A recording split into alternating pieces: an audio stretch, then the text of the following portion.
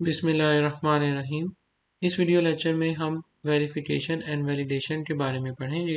Last video lecture के अंदर हमने रैंडम वेरिएट जनरेटर के टॉपिक को कंप्लीट किया था।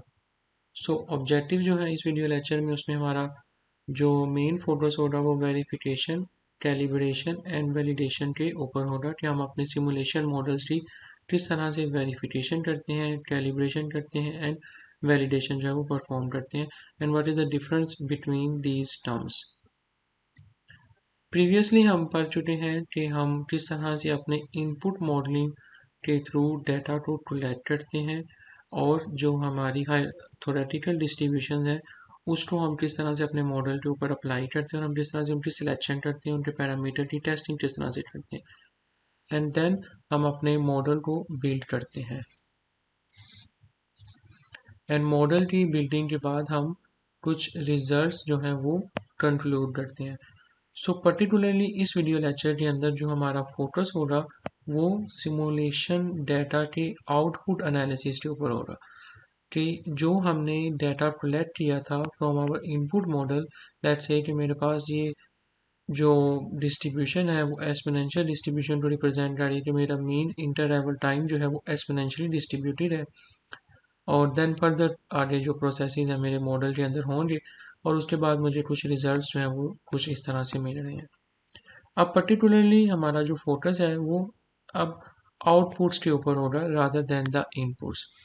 सो verification is actually dealing with the implementation is correct और नॉट, कि जो आपने डाटा कलेक्ट किया था क्या वो डाटा प्रॉपरली इम्प्लीमेंट किया है आपने या नहीं into our model, and validation is the model structure and the assumptions are correct, कि क्या जो आपके मॉडल की स्ट्रक्चर का बिहेवियर है और जो assumptions आपने इसमें ऐड की हैं वो करेक्ट हैं या नहीं।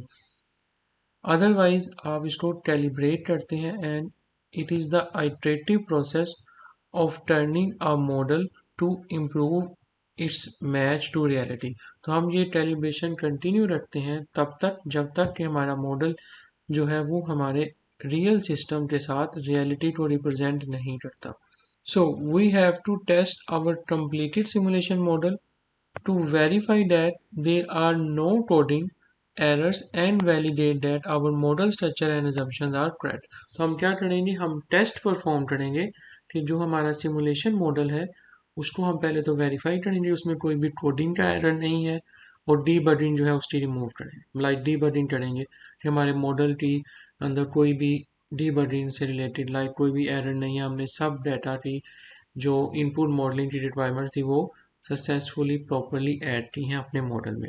देन हम उसके मॉडल के स्ट्रक्चर को वैलिडेट करेंगे अपने रियल वर्ल्ड सिस्टम के साथ, और अगर उसके अंदर कोई डिफरेंस एग्जिस्ट आ रहा है तो देन हम उसको कैलिब्रेट करेंगे, and the process and the iterative process of improving the caliber of a model is known as the calibration. इस स्लाइड के अंदर पर्टिकुलरली उन्हीं पॉइंट्स के बारे में अगेन एक्सप्लेन किया हुआ है कि वैलिडेशन प्रोसेस का गोल क्या है, कि आपका जो produce a model that represent a true behaviour. Goal क्या होता है वैलिडेशन प्रोसेस का, कि आपका जो ट्रू बिहेवियर है उसको रिप्रेजेंट किया जाए और वो क्लोजली इनफ होना चाहिए for decision making purposes, and to increase the model credibility to an acceptable level, and validation is an integral part of the model development. Validation जो है आपके मॉडल का एक बहुत इंपॉर्टेंट पार्ट है।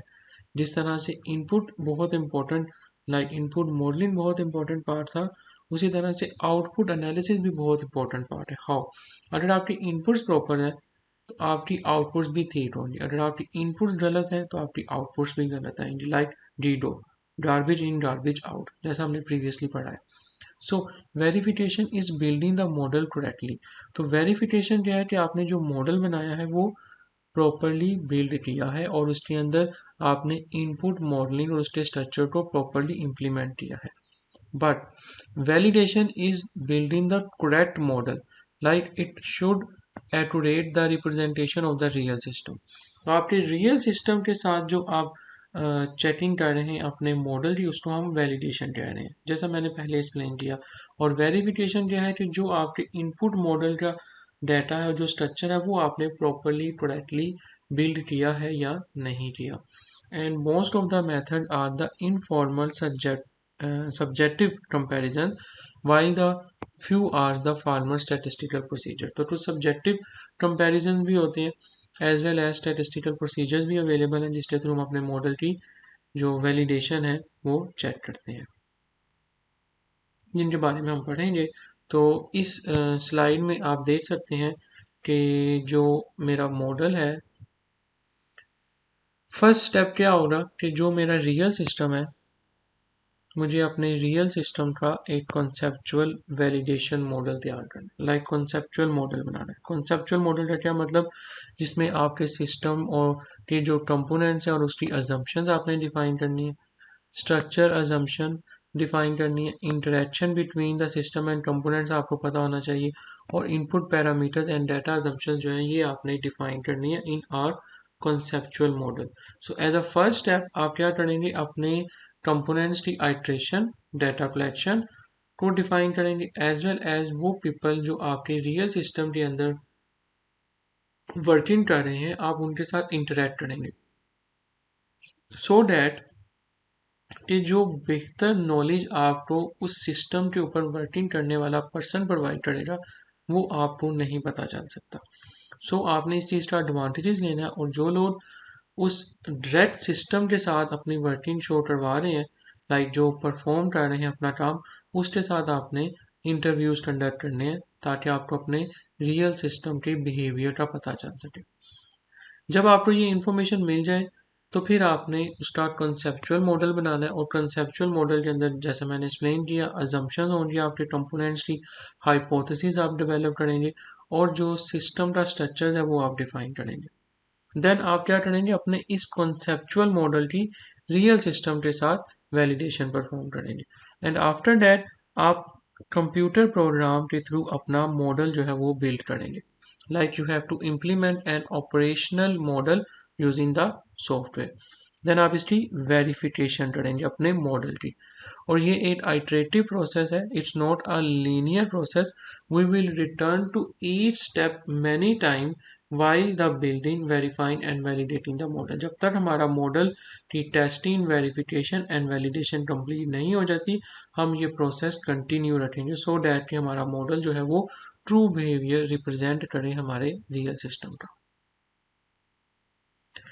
So here's the things about timing and relationship of validation, verification and establish the credibility of our model। So इस particular figure के अंदर जो मेन ब्लॉट्स है उसमें आपको डिफरेंट इंफॉर्मेशन प्रोवाइड की जा रही है, मतलब कि आपका जो सिस्टम है उस सिस्टम की आप कुछ अजम्पशंस लेते हुए डॉक्यूमेंट्स बनाएंगे, देन उन अजम्पशंस की बेसिस पे आप सिमुलेशन का प्रोग्राम बिल्ड करेंगे, प्रोग्राम की बिल्डिंग के बाद आप करेक्ट रिजल्ट्स जो हैं वो रिपोर्ट करेंगे, एंड देन फाइनली उन रिजल्ट्स के ऊपर आपने कुछ डिसीजन मेकिंग जो है वो परफॉर्म करनी है। और जो बॉटम पे आपको एरोज के साथ 1 2 3 4 अप टू 10 तक लिखे हुए ये सिमुलेशन स्टडी के सब स्टेप्स हैं जो कि हमने at the start of this course पढ़े थे कि हमारे सिमुलेशन स्टडी के कौन कौन से स्टेप्स हैं। तो वो जो स्टेप्स हैं वो यहाँ पे रिप्रेजेंट कर रहे हैं कि किस स्टेप में आपका कौन कौन से फेजेस जो है वो कवर होंगे, और जो डॉटेड लाइन के साथ आपको एरर्स शो किए जा रहे हैं यहाँ पे, this is actually representing the validation, verification and credibility of your model, like कि आपका जो सिस्टम और उसकी अजम्पशन है उसके दरमियान आपकी क्रेडिबिलिटी जो है इस्टेब्लिश हुई है या नहीं हुई, आप वैलिडेशन करेंगे। देन आप क्या करेंगे, वेरिफिकेशन करेंगे अपने कंप्यूटर प्रोग्राम की, देन उन रिजल्ट्स की आउटपुट के साथ वैलिडेशन करेंगे, और फिर आप क्रेडिबिलिटी डेवलप करते हुए उस मॉडल को इम्प्लीमेंट करेंगे। लाइक सिमुलेशन प्रोग्राम के अंदर इंपॉर्टेंट चीज़ क्या होगी, आपकी वेरिफिकेशन ऑफ योर इनपुट्स। यहाँ पे आप इनपुट्स की बेसिस पे अपना मॉडल बनाएंगे, और जो आपको आउटपुट्स मिलेंगी उन आउटपुट्स को आपने अपने रियल सिस्टम के साथ वेरीफाई करना है, वैलिडेट करना, सॉरी। और जो आपकी अजम्पशन का डॉक्यूमेंट है, जो कंसेप्चुअल मॉडल है, उसकी वैलिडिटी आपने अपने रियल सिस्टम के साथ स्टार्ट में करनी, जैसा मैंने पहले स्टेप्स में आपको एक्सप्लेन किया। So in short the purpose और is the conceptual model is reflected the accurately the computerize representation. जो आपका कंसेप्चुअल मॉडल है उसकी reflection accurately in computerize representation होनी चाहिए। And conceptual model usually involve some abstraction और some amount of simplification of actual operation. तो जब आपका कंसेप्चुअल मॉडल है उसके दरमियान डिफरेंट abstraction भी होती है और कुछ सिंप्लीफिकेशन भी होती है आपके एक्चुअल मॉडल की। And there are many suggestions. For example, have someone else check the model. क्या किसी ने मॉडल को चेक किया?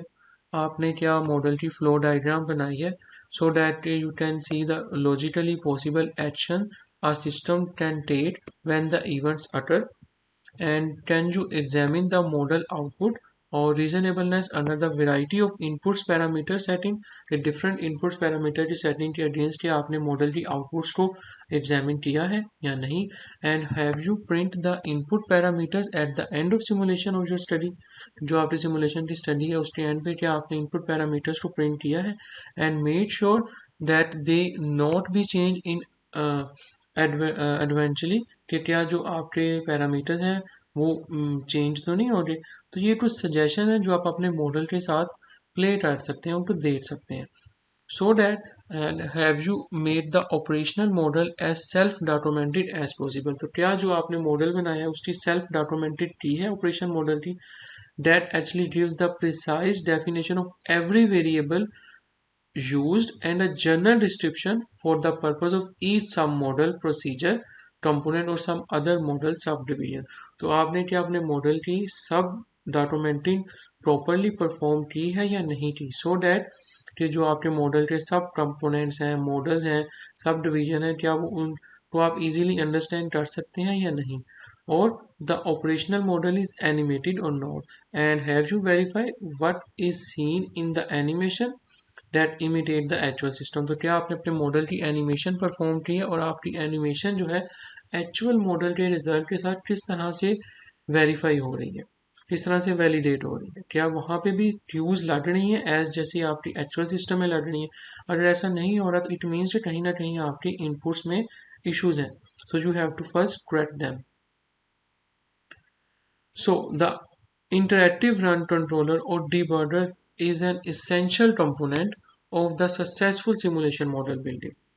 Like best of the simulation analysis made the mistakes or commits logical error when building the model। तो जब आप model की building कर रहे होते हैं उस टाइम पे उसका कंट्रोलर और जो डीबगर है वो बहुत इंपॉर्टेंट कंपोनेंट है कि क्या आपने जो लॉजिक्स हैं वो प्रॉपरली अपने सिस्टम में इनकॉर्पोरेट की हैं या नहीं की। अगर आपने वो इनकॉर्पोरेट प्रॉपरली नहीं की तो डेफिनेटली आपको रिजल्ट्स भी बेहतर नहीं मिलेंगे। And then the graphical interface are recommended for accomplish the verification and validation, and these graphical representations of the model is essentially a form of self documentation and it simplifies the task of understanding the model। और graphical interface जो है आपके model की verification और validation के लिए बहुत important है और ये आपकी सेल्फ डॉक्यूमेंटेशन का भी पार्ट है, सो डैट कि आप इजीली अपने मॉडल को अंडरस्टैंड कर सकें। So here's some examination of model output for reasonableness. For example, a model of a complex network of queues consists many service sector। आपका एक complex model है जिसके अंदर जो queues है वो consist हो रही हैं multiple services sector के ऊपर। So the response time is the primary interest। तो हमारा जो primary interest है वो response time है। However, it is important to collect and print out the many statistics in addition to response time, but it is also necessary कि आप response time के अलावा भी जो other statistics की information है वो भी आप collect करें। Like two statistics that gives a quick indication of model reasonableness are the current contents and the total count।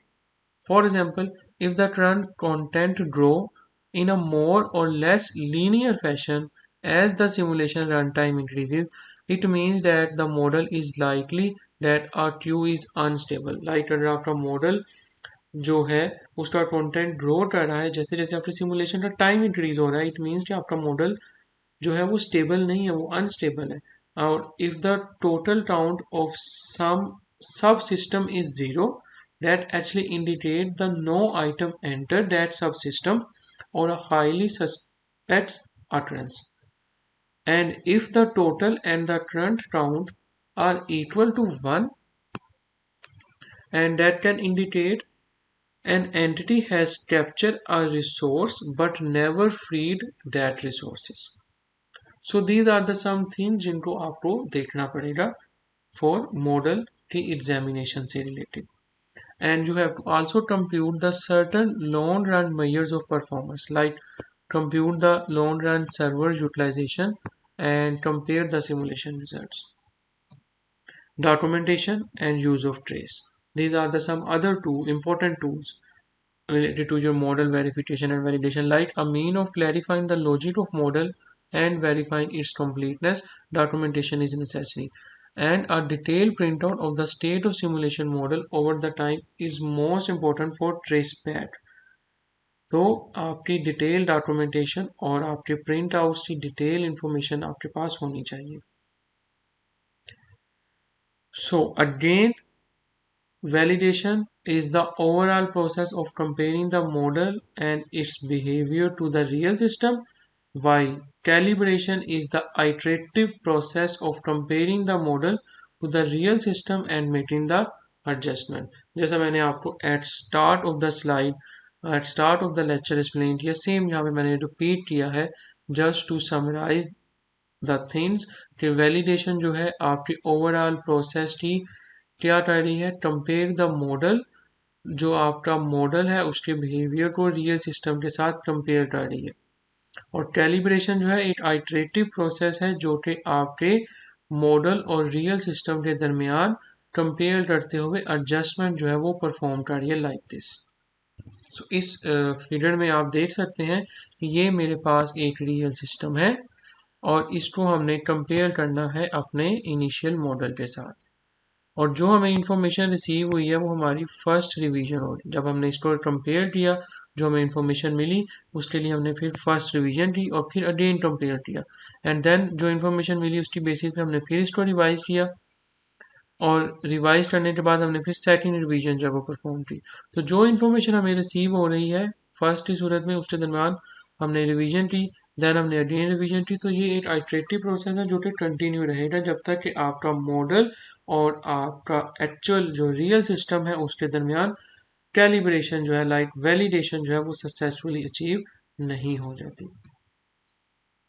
So no model is ever a perfect representation of the system, but the modeler must weight the possible but not guaranteed increase in model accuracy versus the cost of increase the validation effort. तो definitely जब आप model की validation कर रहे हैं तो cost की effort भी इंक्रीज हो रही है, और कोई भी मॉडल जो है सिमुलेशन मॉडल एक्चुअल सिस्टम के साथ परफेक्ट रिप्रेजेंटेशन रिप्रेजेंट नहीं करेगा. अगेन द रीज़न इज कि आपका इनपुट जो है वो थोरेटिकल डिस्ट्रीब्यूशन पे बेस्ड आ रहा है, या थोड़ा हिस्टोरिकल डाटा की बेसिस पे बेस्ड आ रहा है, या फिर आपने एम्पिरिकल डिस्ट्रीब्यूशन यूज की है जो कि प्रोबेबिलिटीज बेस है, और देन आपकी आउटपुट भी उन्हीं इनपुट्स की बेसिस पे आ रही. तो जितनी अच्छी इनपुट्स हैं उतनी ही अच्छी आपको आउटपुट्स मिलेंगी.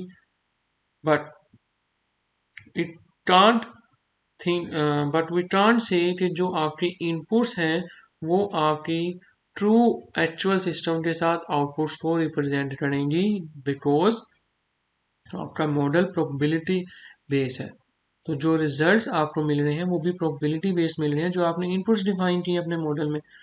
तो हम जितनी ज़्यादा अच्छी इनपुट्स डिफाइन करेंगे उतना ही ज़्यादा हम अप्रोक्सीमेट होते जाएंगे अपने एक्चुअल सिस्टम के साथ. सो 3 स्टेप अप्रोच जो है 1967 के अंदर नाइलर और फिंगर ने जो है इसको रिप्रेजेंट की थी कि आपके मॉडल की हाई फेस वैलिडिटी होनी चाहिए, आपके मॉडल की अजम्पशन की वैलिडिटी होनी चाहिए, और आपका जो मॉडल की इनपुट्स आउटपुट ट्रांसफॉर्मेशन है उसको कंपेयर करना है आपने अपने रियल सिस्टम के डाटा के साथ. What comes in the high face validity? It means you have to ensure the high degree of realism. आपके मॉडल के अंदर हाई डिग्री ऑफ रियलिज्म जो है वो होनी चाहिए. Like potential user should be involve in the model construction. जो potential users हैं उसका मॉडल की बिल्डिंग के दौरान उसमें पार्ट लेना बहुत ज़रूरी है. And sensitivity analysis can also be used to check the face validity.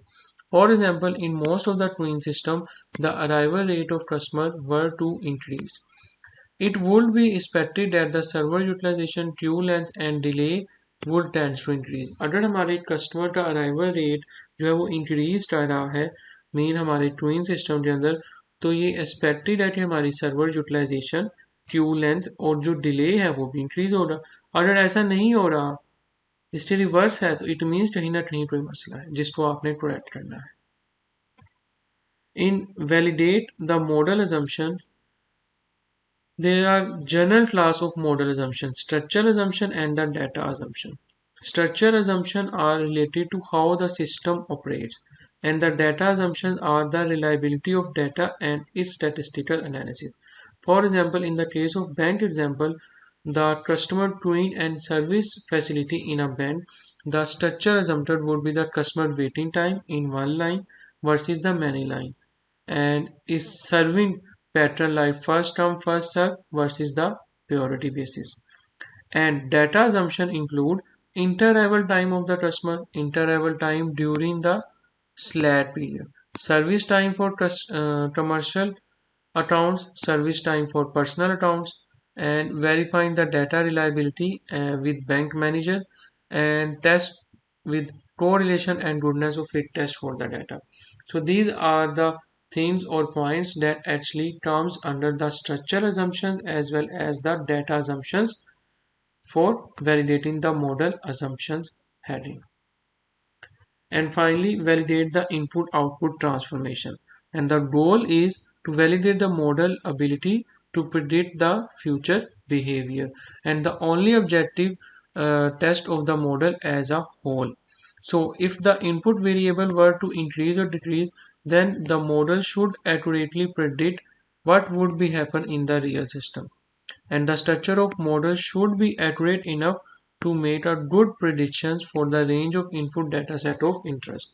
तो जो आपका मॉडल है अगर उसमें वेरिएबल की इनपुट्स इंक्रीज और डिक्रीज हो रही हैं, देन द मॉडल की जो प्रेडिक्टेबिलिटी है वो एक्यूरेट होनी चाहिए रियल सिस्टम के साथ, एज वेल एज जो स्ट्रक्चर है आपके मॉडल का, it should be accurate enough to make the good predictions for the range of input data set of the interest.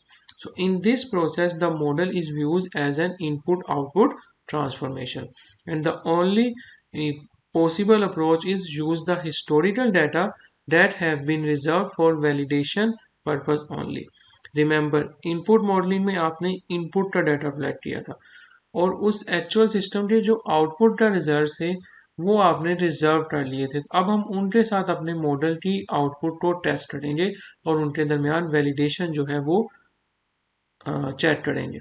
So the criteria is use the main response of interest. So if the model is used for different purpose, then again revalidate it. तो आप again अगर different purpose है आपके model का तो उसके लिए आपने अगेन रीवैलिडेट करना है अपने model. Okay, let's move to drive through bank example. और एग्जांपल जो है वो कुछ इस तरह से है कि यहाँ पे मेरे पास प्लान है to expand its drive through service at the corner of the main street, and the one drive in window served by one teller, only one or two transactions are allowed. These are the actually requirement for example. And we have collect the data of 90 customers during 11 a.m. to 1 p.m. on a Friday. And we have observed the service time as well as the inter-arrival time.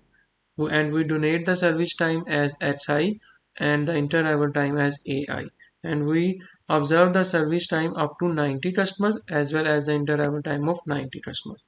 And the data analysis led to conclude that the inter-arrival time are exponentially distributed, that is a Poisson arrival process with a rate of lambda that is equal to 45, and the service time is normally distributed with mean and its variance. And then on the right hand side on the slide you see the drive-in window at the Fifth National Bank. So these are the mainstream and mainstream, this one is the bend, this one is the stop, and y all comes back.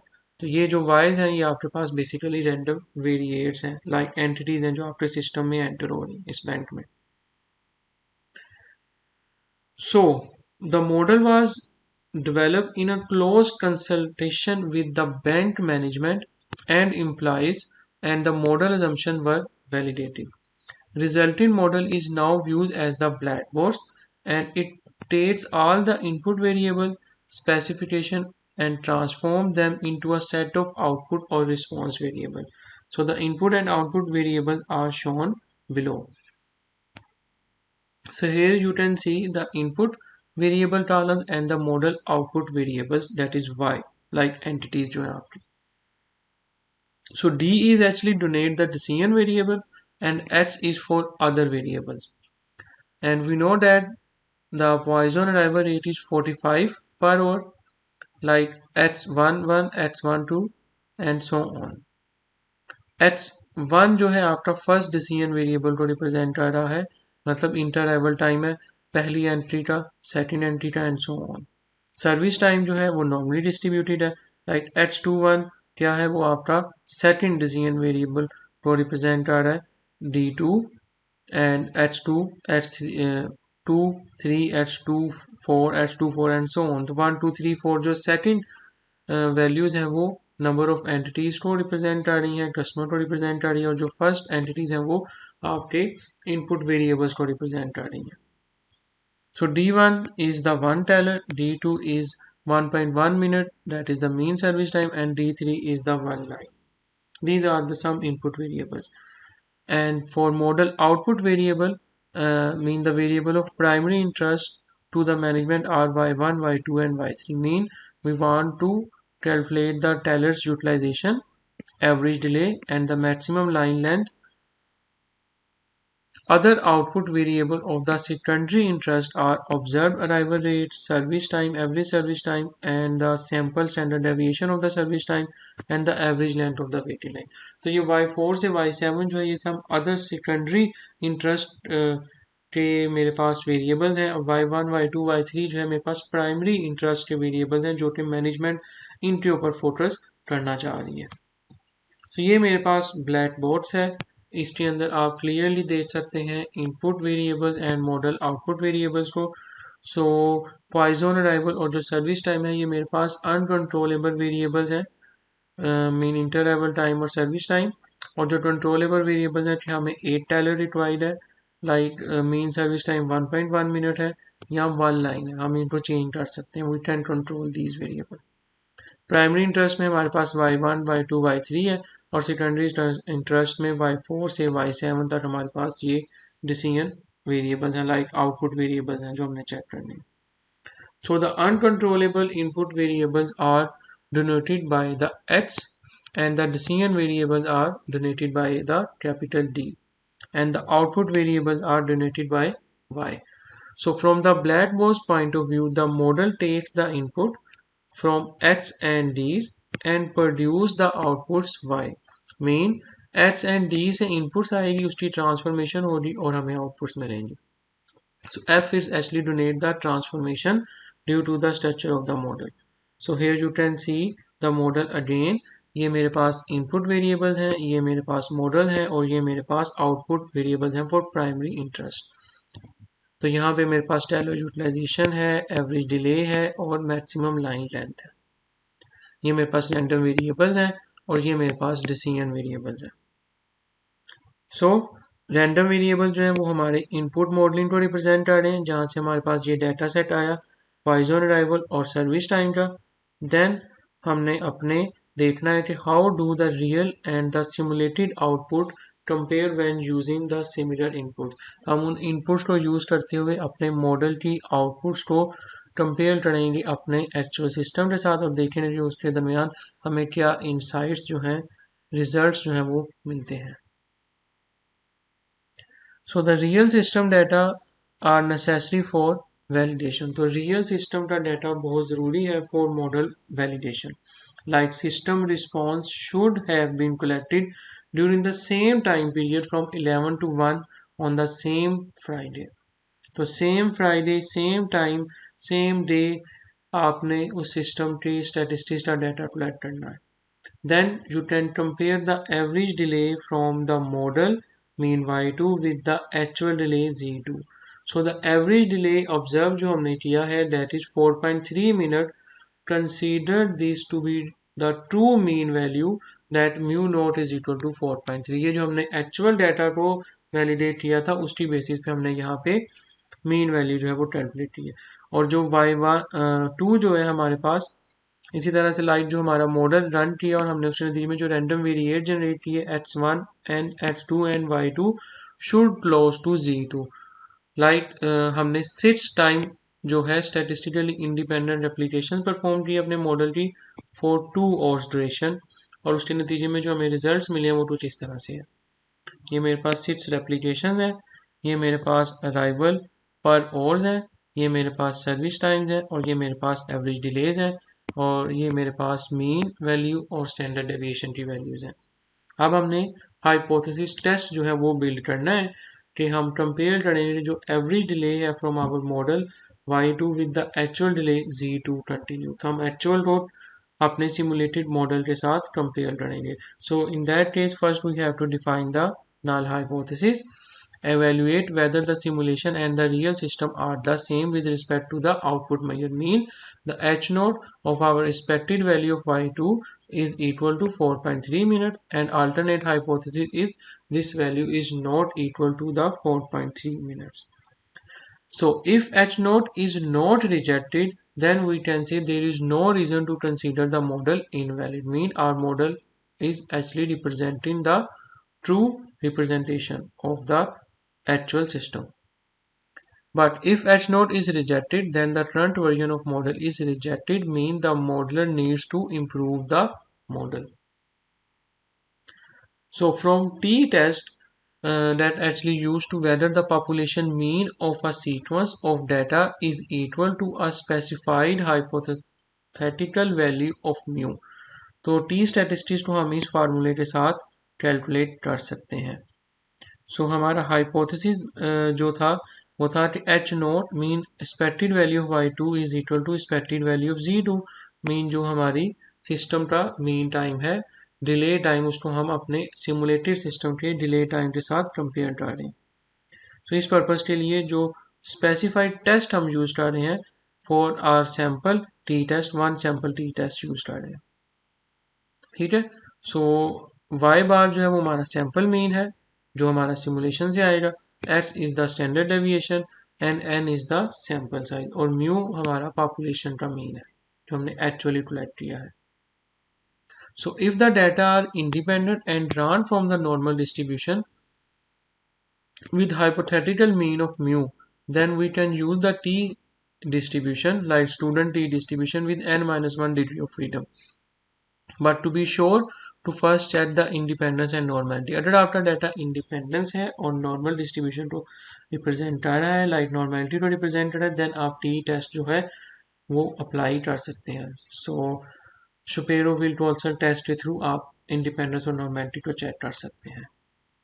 So to conduct the T test हमारे पास जो significance level है alpha वो 0.5 हमने 5% set किया है. Sample size हमारे पास 6 है. And from table 1 we compute the sample mean and standard deviation over the n replication. तो मेरे पास जो मेरी सैम्पल मीन और स्टैंडर्ड डेविएशन है मेरे सैम्पल डाटा की वो ये वैल्यूज़ आ रही. इन वैल्यूज़ को हमने टी टेस्ट स्टैटिस्टिक्स के अंदर सब्स्टिट्यूट किया है. तो मेरे पास टी स्टैटिस्टिक्स की जो वैल्यू आई है डेट इज़ 5.34, और जो मेरे टेबल से वैल्यू आएगी टी क्रिटिकल की वो है 2.571. ये कैसे आई है ये आप इस टेबल में देखें. टेबल 1 में मेरे पास degree of freedom n-1 6 replication थी, 6-1 इज इक्वल टू 5. सो हमारे पास 2 सैम्पल पेयर टी टेस्ट हम देख रहे हैं. तो यहाँ पे 0.025 कंसिडर करते हुए मेरे पास वैल्यू आ रही है टी स्टैटिस्टिक्स की 2.57. तो मेरी जो 2 साइडेड टी टेस्ट हम चूँकि हम यूज़ कर रहे हैं और ये वैल्यू ग्रेटर देन है क्रिटिकल के, so it means we can reject the H naught. Mean our model is inadequate, हमारा मॉडल ठीक नहीं है. So we have to check the assumptions that justifying a t test.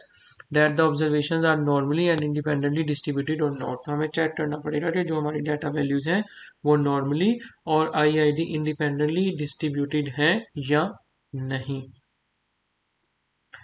Similarly हम फिर अपने model के जो अदर आउटपुट के रिजल्ट्स थे उनको जो हमने ऑब्जर्व किए थे अपने एक्चुअल सिस्टम के साथ मैयर करें, like Y4 Z4 Y5 Z5 Y6 Z6। तो Z6 Z5 Z4 actual system की वैल्यूज़ हैं और Y4 Y5 Y6 जो हमारे सिमुलेटेड सिस्टम की स्टैटिस्टिक्स की वैल्यूज़ हैं। फिर हम उनको भी इसी तरह से हाइपोथेसिस टेस्टिंग के थ्रू कंपेयर करेंगे जितने भी हमारे प्राइमरी या सेकेंडरी जितने भी ऑब्जेक्टिव्स हैं।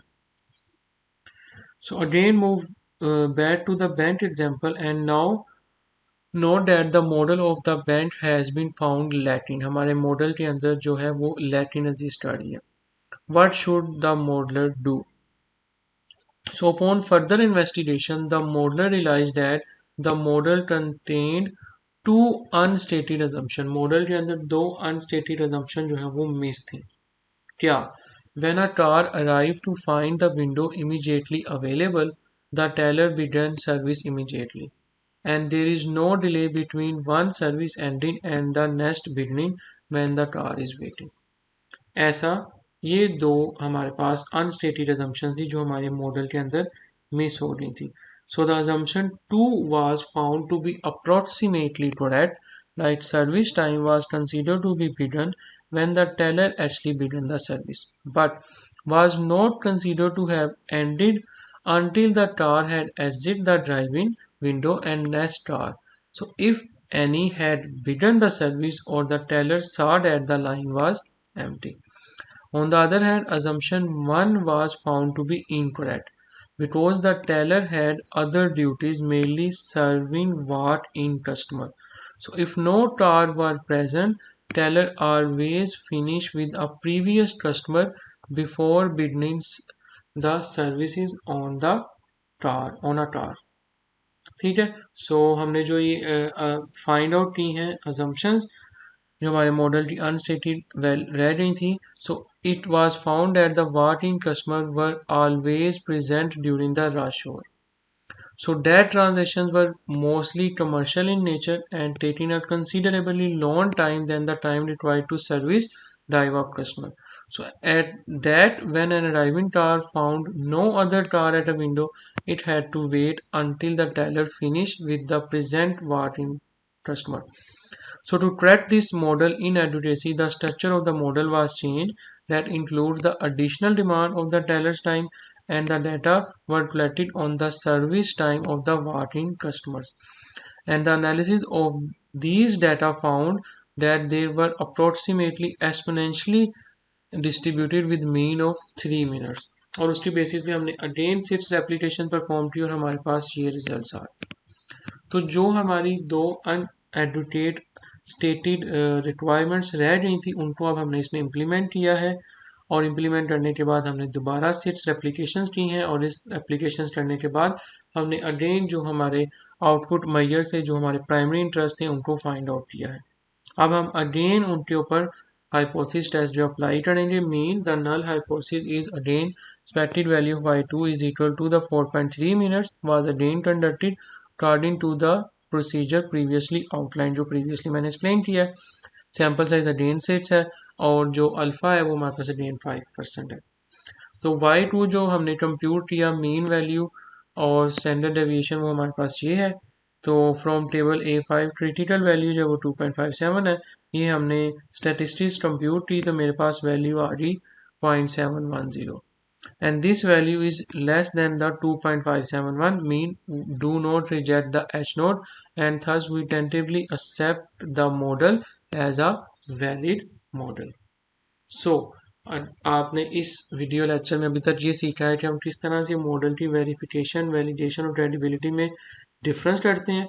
हम मॉडल का डाटा कैसे जो कलेक्ट कर रहे थे उसकी बेसिस पे जो हमने मॉडल बनाया किस तरह से वेरीफाई किया देन वैलिडेट किया और जो वैलिडेट किया उसके रिजल्ट को हमने किस तरह से अपने एक्चुअल सिस्टम के साथ कंपेयर किया और कंपेयर करने के बाद हमने किस तरह से स्टैटिस्टिकल टेस्ट के थ्रू उनको एक्सेप्ट या रिजेक्ट किया। सम अदर इम्पोर्टेंट पॉइंट्स भी यहाँ पे अवेलेबल हैं जैसे टाइप 2 एरर क्या होता है। For validation, the power of test is the probability mean detecting an invalid model that is equal to 1 minus beta. And beta is the type 2 error, mean failing to reject the H node when given H1 is true. So consider failure to reject H node as a strong conclusion. The modeler would want beta to be small. हमें इस type 2 error को small करना है and the value of beta जो है वो depend कर रही है आपके सैंपल साइज पे and the true difference mean delta between the expected value and the population mean. Expected value mean of your sample and the mean of your population, and we can take the difference using this formula. So in general, the best approach to control the beta error is specify the critical difference, that is delta, and choose a sample size n by making use of operating characteristic curve. और वो टर्व जो है आपको मैं यहाँ पे आगे explain करता हूँ. ऑपरेटिव कैरेक्टरिस्टिक टर्व जो है are the graph of probability of type 2 error beta versus the delta mean difference given for the sample size of n. तो यहाँ पे मेरे पास ये टर्व्स अवेलेबल हैं जिसकी बेसिस पे हम n वैल्यूज को पिक करेंगे. अगर आपके पास अल्फा 5% है तो आप इस ग्राफ को देखेंगे. अगर अल्फा आपके पास 10% है, सॉरी 1% है, तो आप इसको देखेंगे. ठीक है, mind 5% and 1%.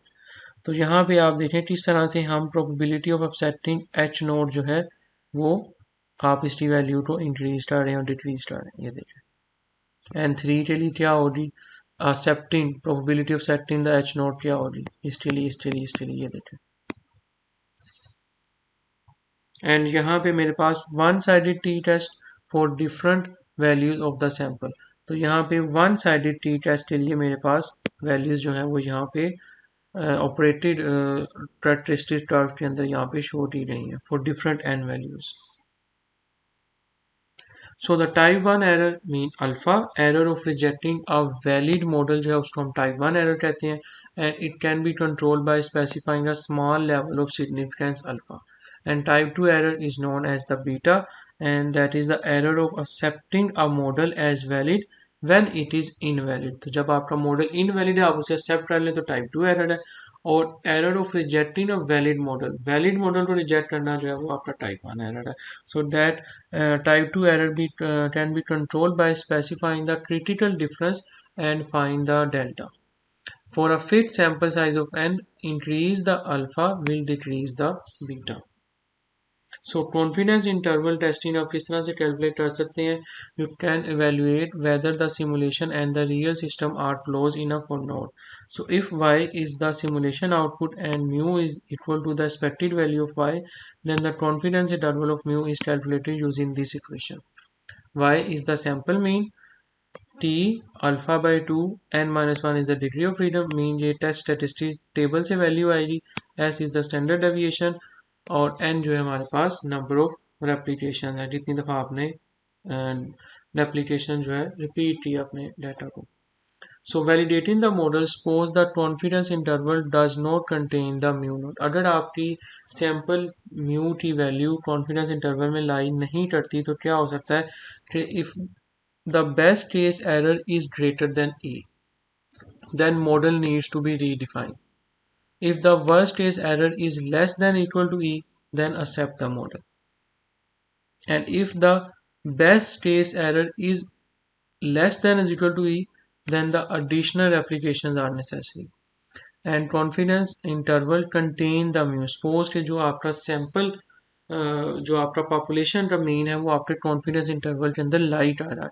So if either the best case और worst case error is greater than E, additional applications are necessary. And for the worst case error, if error is less than is equal to e, then accept the model. Here the graphical representation of confidence interval testing. ये मेरे पास a और b, a में true value जो है mean जो sample जो मेरी population की वैल्यू है वो मेरे इस कॉन्फिडेंस इंटरवल से बाहर लाइट आ रही है, और सेकंड वाले में मेरी पॉपुलेशन मीन की वैल्यू कॉन्फिडेंस इंटरवल में लाइट आ रही है.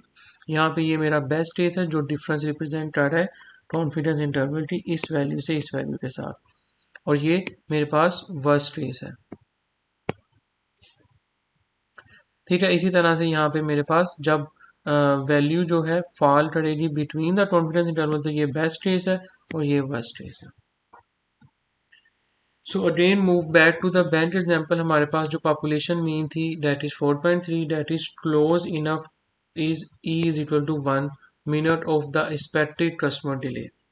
A 95% confidence interval based on the sits replication is 1.65 3.37 because using these statistics हमने ये वैल्यू निकाल ली। So fall outside the confidence interval, the best case is 3.37 minus 4.3, that is 0.93 is less than 1, but the worst case 1.65 minus 4.3 that is equal to 2.65 is greater than 1, so additional applications are needed to reach a decision। यहाँ पे क्या किया हमने 95% confidence intervals के अधीन हमने value जो है कॉन्फिडेंस इंटरवल की फाइंड कर ली है 1.65 और 3.37।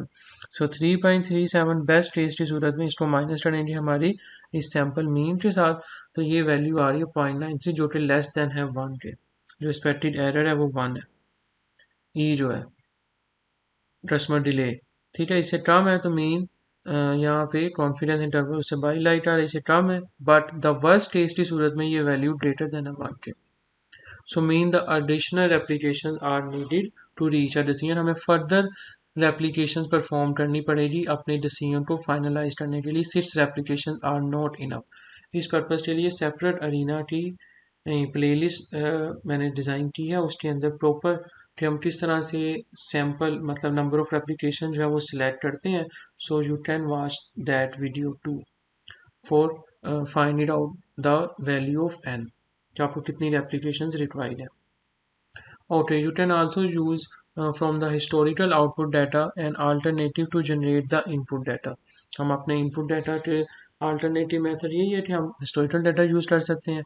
So use the actual historical data and record the or derive the simulation model with historical record and then compare the model output of the system data। So if in the bent example uses the recorded inter-arrival and service time for the customer are AN and SN, then procedure and validation process similar to the approach using for the system generated the input data। तो जो हमारे system generated input data है उसके लिए जो मैंने steps आपको बताए हैं सेम वही आपके historical data output के लिए भी यूज किए जाएंगे। Okay, now using a turning test. In addition to statistical test, when no statistical test is readily applicable, then you can use a turning test. So utilize a person knowledge about the system. For example, present the 10 system performance reports to the manager of the system। आप 10 reports जो है अपने system की performance की manager को represent करें। 5 जो हैं वो रियल सिस्टम को रिप्रेजेंट कर रही है और 5 जो है वो फेक रिपोर्ट्स को रिप्रेजेंट कर रही है based on the simulation output data. So if the person identify a substantial number of fake reports, अगर पर्सन आइडेंटिफाई कर लेता है फेक रिपोर्ट्स को, then interview the person to get the information for model improvement. But if the person cannot distinguish between the fake and the real report with consistency, conclude that the test give no evidence of model inadequacy। तो आप ये subjective test जो है turning test भी use कर सकते हैं इन that case अगर कोई भी स्टैटिस्टिकल टेस्ट रेडिली एप्लीकेबल ना हो अपने मॉडल की वैलिडेशन करने के लिए। So here is the summary. हमने सीखा है इस वीडियो लेक्चर के अंदर मॉडल वैलिडेशन की एसेंशियल के लिए model verification, calibration and validation and conceptual validation हम किस तरह से परफॉर्म करते हैं। Then best to compare the system data to the model data and made the comparison using a wide variety of technique, but some technique that we covered in increasing cost to value ratio ensure the high face validity by consulting the knowledgeable person, construct the simple statistical test on the assumed distributional form, conduct a turning test or compare the model output to system output by statistical tests। सो ये हमने इस video lecture के अंदर इन points के ऊपर बात की है। Thank you.